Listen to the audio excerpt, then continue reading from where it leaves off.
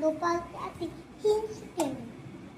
খাবার দিলে ভাগ করে, বললে না তো মুখে কিছু, ফেললে ছুড়ে রাত করে। জ্যাঠাই মাঝে মিঠাই দিল, দুই ভাইকে খাও বলে। দশটি ছিল একটি থার, চারটে মেলুম খাও বলে। আজ যে নটি, হাত করে তাই তিনটি দিলাম তো পালতে। তবুও তেমন না ছেলে আমার বাড়ি চোটটাতে। বুঝিয়ে বলি তা দিস কেন?